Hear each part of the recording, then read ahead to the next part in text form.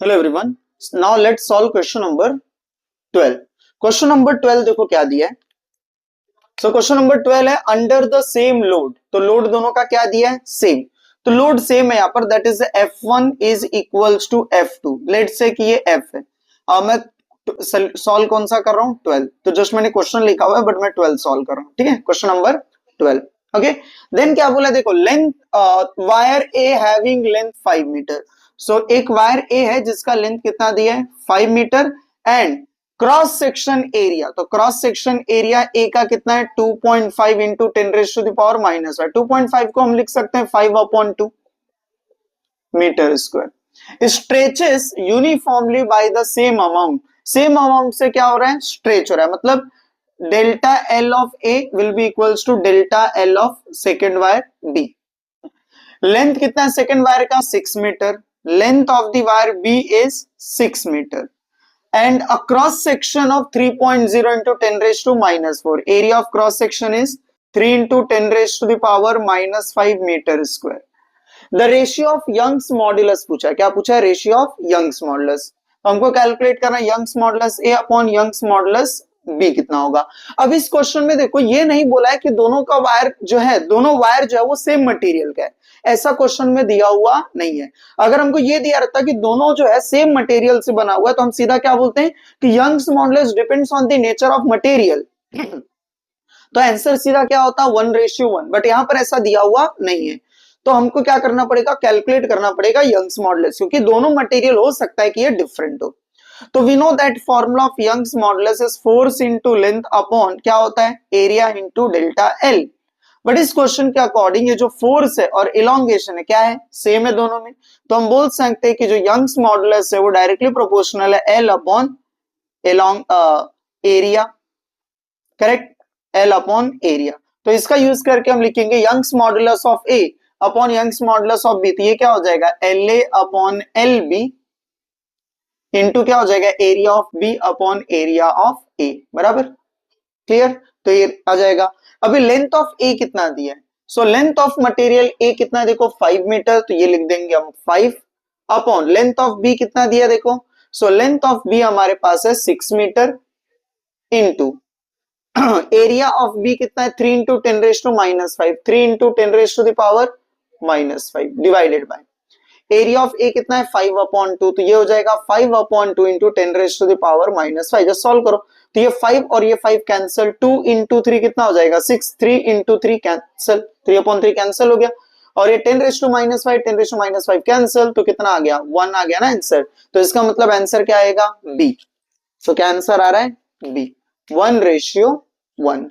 Okay, समझ में। तो यंग्स मॉडुलस दोनों का सेम आया, इसका मतलब दोनों मटेरियल क्या है, सेम है। बट इसके बारे में हम श्योर नहीं थे कि दोनों मटेरियल सेम है कि नहीं, इसीलिए हमको सॉल्व करना पड़ा। ठीक है, okay. So hope it is clear to everyone. चलो नेक्स्ट क्वेश्चन सॉल्व करेंगे, क्वेश्चन नंबर 13।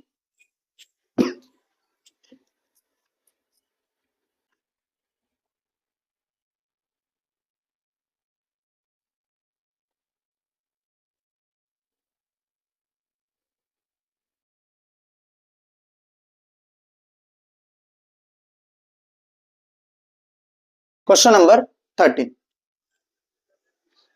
क्वेश्चन नंबर 13 देखो क्या बोला है, the specific heat at constant pressure and constant volume for an ideal gas are given as Cp and Cv and its adiabatic and isothermal elasticities are E phi and E theta। तो हमारे पास दिया है कि ये E phi जो है वो क्या है, इट इज एडियाबेटिक इलास्टिसिटी, और E theta जो है वो बोला है कि आइसोथर्मल इलास्टिसिटी है। एडियाबेटिक मतलब क्या होता है, ये एक प्रोसेस है जिसके अंदर हीट एक्सचेंज नहीं होता। एडियाबेटिक क्या है, एक ऐसा प्रोसेस जिसके अंदर हीट एक्सचेंज नहीं होता। और E phi जो है एडियाबेटिक इलास्टिसिटी, इसका फॉर्मूला होता है गामा इंटू प्रेशर P। क्या फॉर्मूला है, gamma into pressure P। Okay, उसके बाद क्या है, E थीटा। तो ये है आइसोथर्मल इलास्टिसिटी। आइसोथर्मल का मतलब होता है ऐसा प्रोसेस जिसके अंदर टेम्परेचर क्या होगा, सेम होगा। और इसका फॉर्मूला क्या होता है, P के इक्वल होता है P। तो यहां से P और P कैंसिल होके ये क्या मिल गया हमको, गामा। क्या मिल गया, गामा। और गामा का मतलब क्या है, तो गामा एक फॉर्मूला है, ये होता है ratio of Cp upon Cv. So gamma is the ratio of Cp to Cv, that is specific at constant pressure upon specific heat at constant volume. तो आंसर क्या आ गया? B. So hope it is clear to everyone. चलो next question की हम बात करेंगे 14. Question number 14 देखो क्या बोला है. When sharing force is applied on a body, then the elastic potential energy is stored in it. On removing the force, this energy, okay, तो यहां पर क्या करें हम? शेयर फोर्स अप्लाई करें. तो जब हम शेयर फोर्स अप्लाई करते हैं तो क्या होता है, जो मॉलिक्यूलर स्ट्रक्चर वो चेंज होता है, जिसके वजह से उसमें क्या होता है, उसकी जो एनर्जी है वो बढ़ने लगती है, पोटेंशियल एनर्जी. करेक्ट. तो जैसे पोटेंशियल एनर्जी बढ़ेगा, मॉलिक्यूल्स क्या हो जाएंगे, जो स्ट्रक्चर वो अनस्टेबल हो जाएगा. और जैसे ही हम उस फोर्स को रिमूव करेंगे, शेयरिंग फोर्स को, तो मटेरियल क्या करेगा, अपनी ओरिजिनल प्रॉपर्टी को रीगेन करने की कोशिश करेगा और वो अपनी पोटेंशियल एनर्जी को क्या करेगा, डिक्रीज करेगा. तो जो बाकी की जो एनर्जी गेन की थी वो गया कहां, तो वो जो बची हुई एनर्जी है वो क्या होता है, हीट एनर्जी में कन्वर्ट होने लगता है. तो इसका आंसर क्या आएगा? B option, converts into heat energy. So hope it is clear to everyone.